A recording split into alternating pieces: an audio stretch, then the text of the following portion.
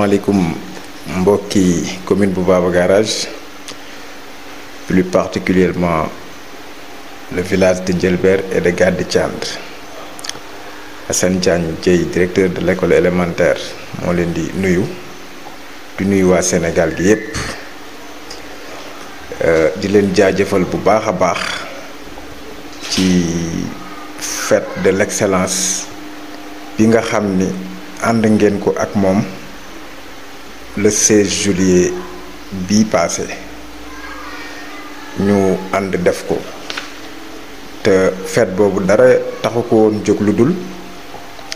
après 9 mois de concentration et de souffrance intellectuelle à l'école entre les 4 murs, on a jugé nécessaire de se décompresser en alliant l'utile à l'agréable. Loolu nag liñ ci jublu woon du dara lu dul comme niñ koy faral di defee depuis quelques années saa bu école di tëj dinañ organiser une sortie pédagogique génnee xale yi yóbbu leen ci ay sites historiques yu nekk ci réew mi ñu visiter ko gën a renforcer seen culture générale waaye aussi gën a xam ni fii ñu dëkk ci Baba Garage du foofu rek la àdduna yam wala ñu organiser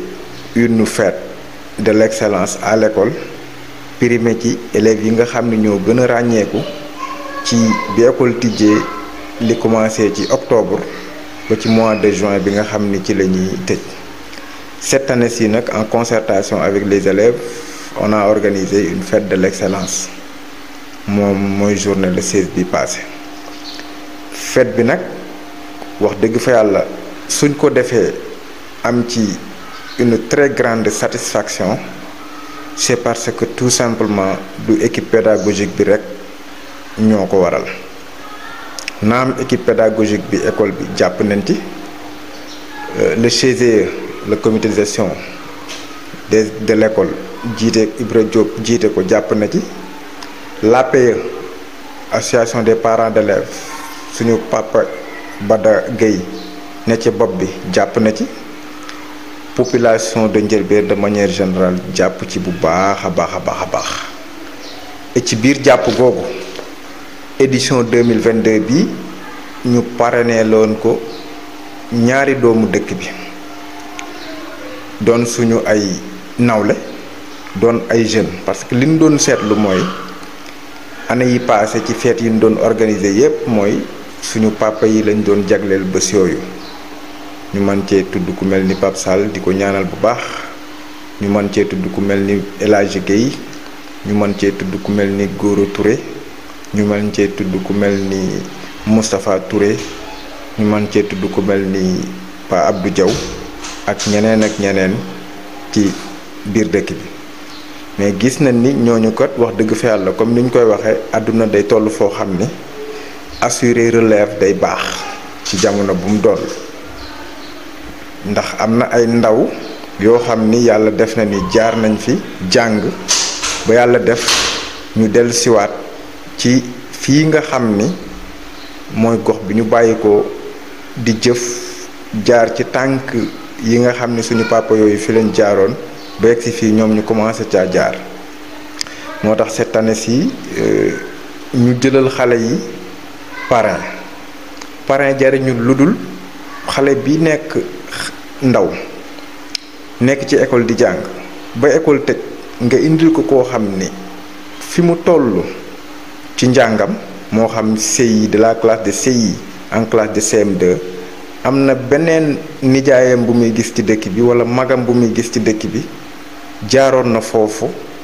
ba yegg fële nga indi ko mu doon parrain ca bés ba nettali ko ay jaar-jaaram ñu ne ko gis nga kii ñu la tànnal tey jii nii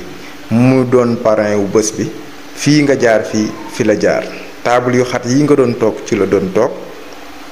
cours bii nga doon daw di bëre pendant la récréation di def les jeux d'enfants noonu la ko doon defe leçon yi ngay bind même leçon yi la doon bind classe tableau bii ngay jàkkaar lool moom la doon jàkkaar lool comportement bii nga amee moom la amee woon wala su fekkee beneen comportement la amee nga ni ko comportement bu positif la amee woon di jàng ses leçons au jour le jour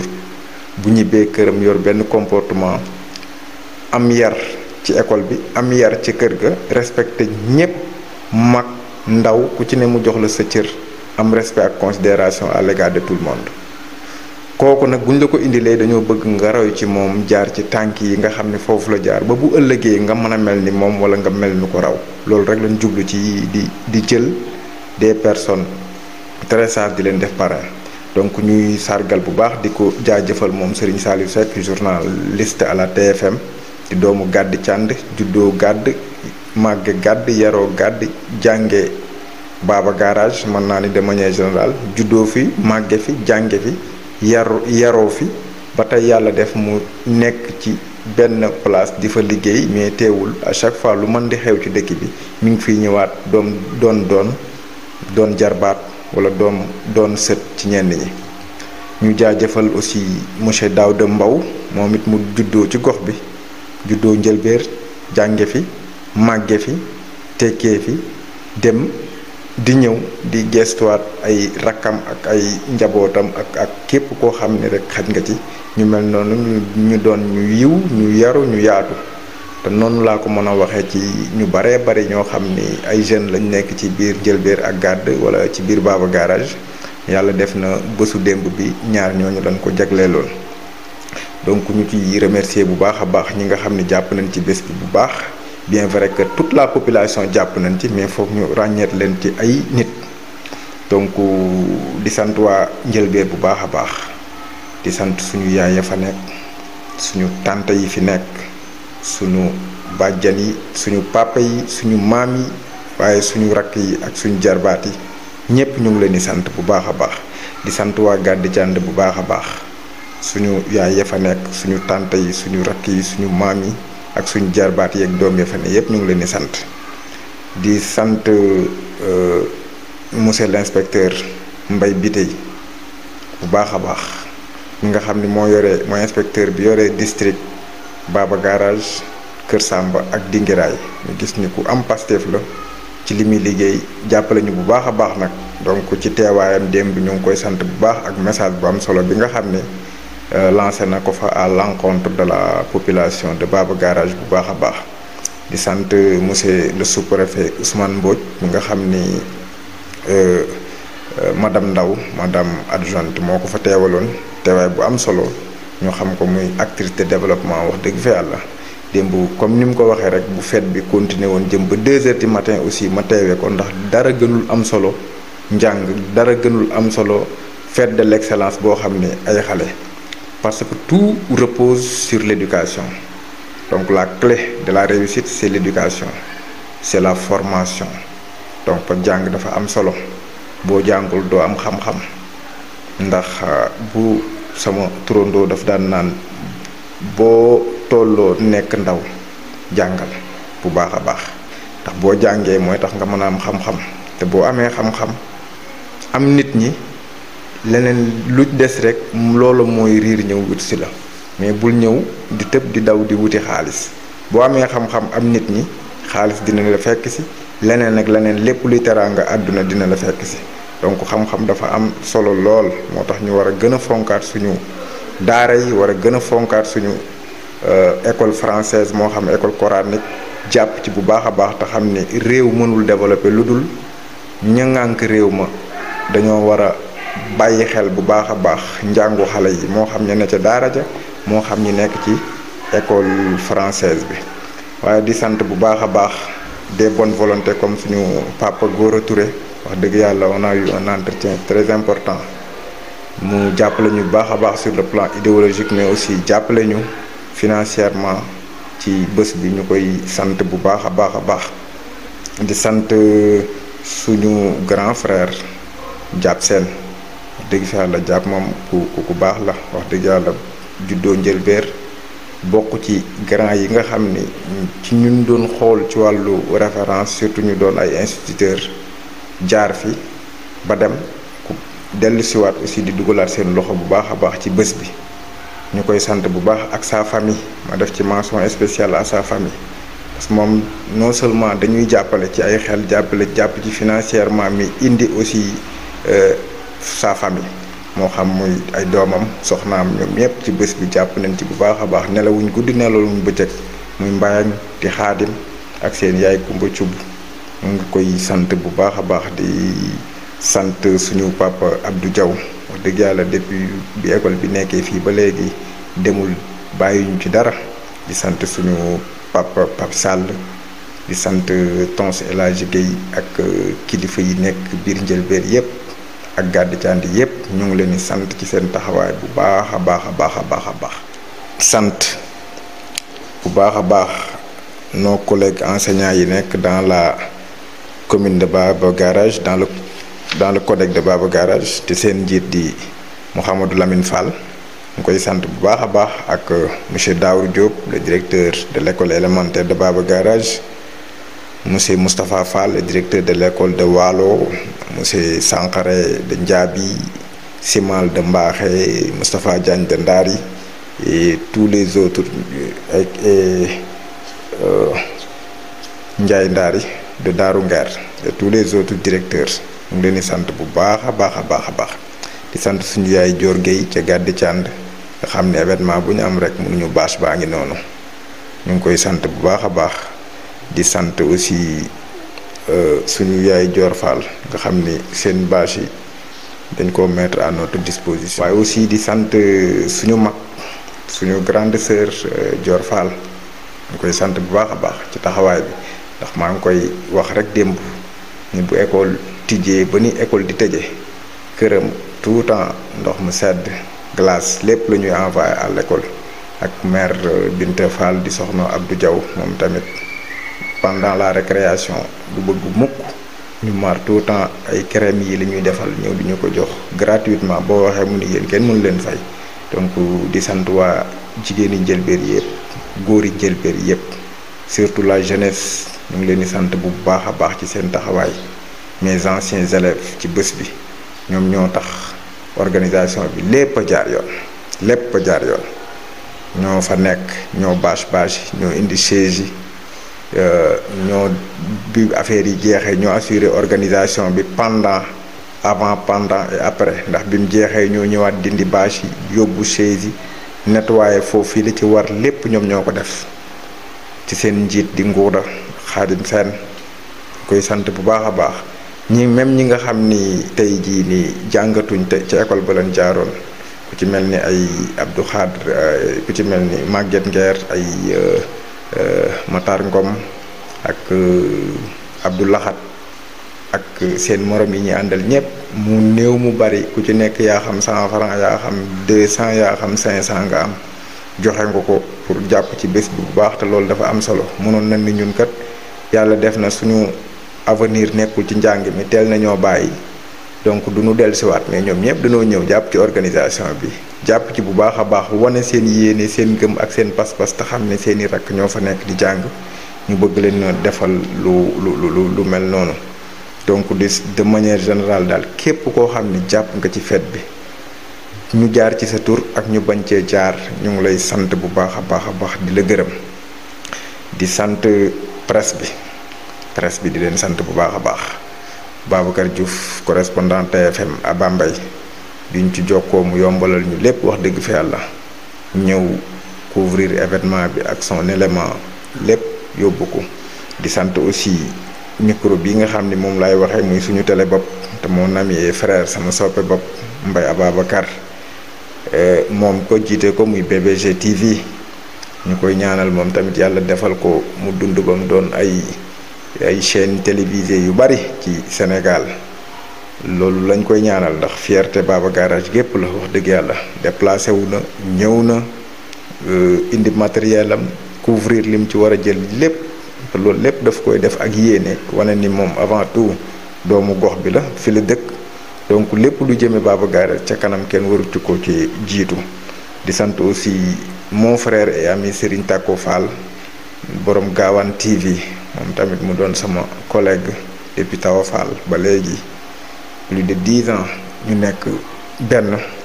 bi mu ko yëgee moom it mu ñëw jàpp ci bu baax a baax jàpp ci avant jàpp ci pendant jàpp ci après li ci war lépp mu def ko. waaye di remercier encore une fois de plus équipe pédagogique bi nga xam ne ñoom laa jiite muy madame Diaw sonn ci lool jàpp ci ak monsieur Guène mi nga xam ni moo yoroon CM2 bi ñu koy félicité waat encore une fois de plus ci coonaam di sant Boussa Aw madame Dieye moom tamit mu yoroon CICP bi sonn ci lool moom tamit jàpp ci ñu koy sant bu baax a baax ci coono bi nga xam ne daj na ko ndax man kese mënuma def dara ñoom kese aussi mënuñoo def dara. équipe dans une équipe pédagogique dañuy suude dañuy ànd nekk benn di xàccandoo di dóorandoo amuñu ñu ni kii moo yor classe bi kee moo yor classe bi ñun ni ñu nekkee à l'école mooy ku fa nekkul rek jour boobu ba nga absenté sa morom moo yor sa classe moo ko moom donc ci loolu la nekk am benn solidarité bu dëgg wax dëgg jotee ñu waxante dëgg pendant la récréation buñ ci paree kenn ku ne nekkaat ci li nga war a nekk duñu wéetuñu di jayante bu ànduñu di jayante bu ñu wéetee di jëwante non bu ñu waree waxante dëgg nañ ci waxante dëgg su fekkee directeur moo fautif ils ont l'honnêteté et le courage jàkkaarloog moom wax ko carrément ne ko yow kat lii ak lii su fekkee ñoom ci adjoint yi moi aussi j'ai fait la même chose parce que loolu la ñu doon loolu lañ fi fekk ci samay prédécesseurs yi nga xam ne ñoo fi nekkoon mu mën ci tudd Yankhoba Diaw bi fi nekkoon ba yàlla def mu am détachement dem au niveau du ministère de la formation du ministère de l'éducation bien entendu ak Mamadou Ngom bi fi nekkoon ak wax nañ ko monsieur Ba bi nga xam ni moo sanc école bi depuis 1996 ak directeur yi fi jaar yépp parce que processus la njàng processus la moo tax classe bu nit yoree CM2 réussir dinañ ko jaajëfal bu baax a baax mais dinañ jaajëfal aussi maîtres yi nga xam ni ñoo yore woon CI yor ko CP yor ko C1 yor C2 yor CM1 yor CM2 parce que étape bu ci nekk rek moo xam première étape CI CP ki leen yoroon am na lu am solo lu mu ci def nga ñëwaat deuxième étape ki yoroon C1 C2 am lu am solo lu mu ci def troisième étape nga ñëw ki leen yoroon CM1 am lu am solo lu mu ci def ba ki ñëw CM2 rey ci boppam daal di ak yooyu yëpp yi nga xam ni ñëw na moom mu gën koo consolider de telle sorte que pour assurer le résultat final te loolu dafa am solo comme ni ma ko waxee rek jàng day métier mu metti voilà moo tax ku ko bëggul doo ko def ku ko xamul doo ko def ak ku sawarul loolu war koo jox àq bi mu laaj aussi doo ko def ndax jàngale c'est autre chose mais il fait partie des métiers les plus nobles jàngale métier bu noble la waaw loolu nag boo ci nekkee ñun li ñuy remercier yépp tout temps li ma koy waxee rek dañuy fay bor parce que à l'école élémentaire de Baba Garage ñu fa yoroon ma ci gàcce ngalaama suñu maître élémentaire yi ñu yoroon yépp monsieur Diop monsieur Guène monsieur Diène de Thiadiaye ba ci Birima Diouf notre grand frère monsieur Birima Diouf ñu yoroon au temps ak monsieur Diagne bi nga xam ni moo ñu yoroon CM2 ñooñu ñëpp wax dëgg yàlla non seulement dañu doon jàngal bu baax mais dañu doon yar dañoo participer ci suñu éducation dañoo participer ci suñu formation bu baax a baax bi ñu fi jógee moo xam collège moo xam lycée au niveau de Tivaouane ba ci université ak formation bi ñu jaar à Rufisque foo jaar rek am na ku def ci yow dara moo tax bu ñu ñëwaatee aussi loolu ñu wax yépp rôle la ci ñun ñu delloowaat fay bor bi ci suñu ay rakk suñu ay jarbaat suñu ay doom parce que xoolewuñu leen ay élèves yoo xam dañ leen di ñëw rek di leen jàngal nii mais bëtu rakk bëtu jarbaat bëtu doom lañ leen di xoole bu baax a baax a baax donc di sant àdduna yépp waaw ndax bés bi démb ku fa ñëw rek sa xol sedd na te liñ ci jublu woon mooy xale yi kontaan moo tax ñu primer leen naam moyens yi bariwul woon mais décarcassé wu nañ avec les moyens du bord ak élèves yi nga xam ni seen participation dem na ci ku ci nekk moo xam bu dul ñéppit am na ci ñu ci participer à hauteur de 1000 francs dugal ci seen ñaq seen yoo xam seen parents leen ko jox ñu indi ko pour participer ci fête bi ak bonne volonté yi dëkk ci dëkk bi indi seen ki am téeméeri ki am 1000 francs ak 3000 ak 2000 lépp ci yam ak 100 francs ba ci am nañu indi sax seen 100 francs pour wane seen yéene ci bés bi rek def ko ci. ñu dajale ñun tamit équipe pédagogique li ñu am yépp ñu boole ko def ko ci pour taaral bés bi bégal suñu ay xale parce que objectif bi loolu dong la xale ñaar la am mooy bu jàng jotee nañ ko jàngal mais bu foo jotee aussi nañ ko créer benn environnement boo xam ne dina ci mën a épanouir bu baax a baax loolu moo waral ci biir ndaje bi manifestation bi gis nañ ci ay prestations des majorettes gis nañ ci cosaan yoo xam ne ay xale yu nekk CI CP C1 C2 ñoo ko doon def gis nañ ci aussi ay théâtre yoo xam ne dañ ciy jubluwaale di donner ay leçons de morale ci foofu nag fi laay remercier ñi nga xam ne ñoo ñu doon encadrer ñooñu muy mon frère mon jeune frère mi nga xam ne moo ñu doon préparer ñi doon def théâtre muy Baye Omar Fall waaye di remercier aussi suñu doom suñu jarbaat Awa Mbaye mi nga xam ne moo préparé majorette yi di sant aussi suñu sœur Jobbe Sëy bi nga xam ni moo ñu préparé majorette yi di sant aussi animation bi nga xam ne Ndey Mbeng moo ko assuré woon bu gàdd di suñu sœur bu baax wax dëgg yàlla ànd ceeg Kumba Diouf bu soxna suñu pa Mademba moom suñu papa la suñu lépp la wax dëgg yàlla moom kenn la ci ñun wax dëgg yàlla ñu ngi koy sant bu baax a baax di sant waa Njëlbéer gépp comme ni ma ko waxee mes anciens élèves surtout ñu nekk en classe de 6e 5e au niveau du collège assurer l'organisation mooy Khady Fall ak ñi mu àndaloon ñëpp ñoom aw seen ñoom ma ami bàyyiwuñu kenn ñu àndal ñëpp rek ci ne sama xarit ak ñi ñu àndal ñëpp rek ku lim xëy na doo juum sax mais da nga dul matal ñoom joor mbaw bawuñu kenn di sant famille yi nekk Njëlbéer yëpp di sant famille yi nekk gàdd yëpp waaye di sant aussi suñu waa këru bopp ñi nga xam ne teew nañ ci bis bi jàpp ci bu baax a baax Njëlbéer nag comme ni ma koy waxee ba ma fay ñëw en 2011 je pense mon intention daf nekkoon rek def fa benn 1 an daal di ñëw Baba Garage loolu laa bëggoon moo doonoon sama yéene ba may soog a ñëw Njëlbéer def fa 1 an daal di ñëw Baba Garage et quand j'en ai discuté avec mon homonyme bi may soog a jógee Tawa Fall ma ne ko Njëlbéer da laa ñëw wante xam naa dama fiy def 1 an rek après ma dem Baba Garage nag mun ma non Assane lu tax nga bëgg a dem Baba Garage ma ne ko non Baba Garage samay rak ya fa nekk sama jarbaat ya fa nekk ak sama village la dama faa bëgg a bay sama waar bu baax a baax mu ni ma non considère Njëlbéer comme Baba Garage parce que Njëlbéer c'est un village qui se trouve dans la commune de Baba Garage donc yéene bi nga amoon def si ko à Baba Garage def ko Njëlbéer loolu esprit boobu moo ma animé de telle sorte que jour boobu c'était en 2012 je pense yàgg na yàlla na ko yàlla yërëm te yeesal yërmande ci moom bu baax a baax ba ma waxee loolu ni ma resté à Njëlbéer yéene bi nga amoon ci école Baba Garage def ko à Njëlbéer loolu moo tax des fois sax nit ñi ma waa yow de doo ñëw Baba Garage mais quand je me rappelle de ces paroles daf may gën a motiver davantage ma ne kon man defaguma dara Njëlbéer donc di ñaanal ñëpp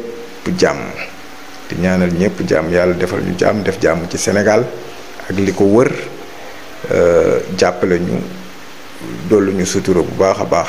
képp ku ne ci système éducatif bi wala ngay évoluer dans d'autres métiers yaa xam ngay jàngale yaa xam ngay médecin yaa xam ngay menuisier yaa xam ngay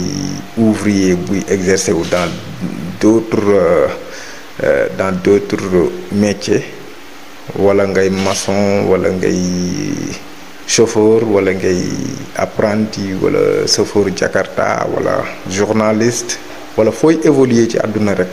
la ngay góorgóorlu yàlla na ci yàlla defal sutura bu baax a baax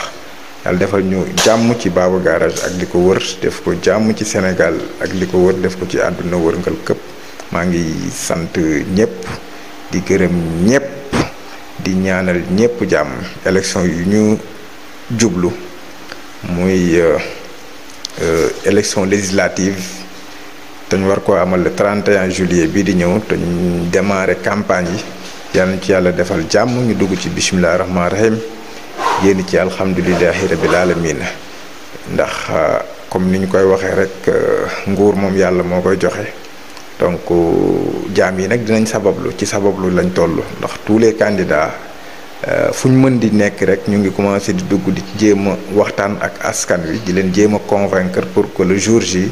ñu voter à leur faveur. Mais li ci ëpp solo rek mooy nit ku nekk nga def kook sa conscience tranquille xool carte bi nga nar a dugal vote bi nga war a def mu nga def ko de telle sorte que mu doon un vote utile ka nga koy jagleel ak la ngay séentu ci moom ndax bu ëllëgee dina ko matale wala déet. Loolu moom c'est une responsabilité boo xam ni c'est une responsabilité personnelle. Donc ku ci ne bàyyi ci xel bu baax a baax a baax te xam ni lu am solo la. ñu ngi sant ñëpp di gërëm ñëpp jaajëf wasalaam.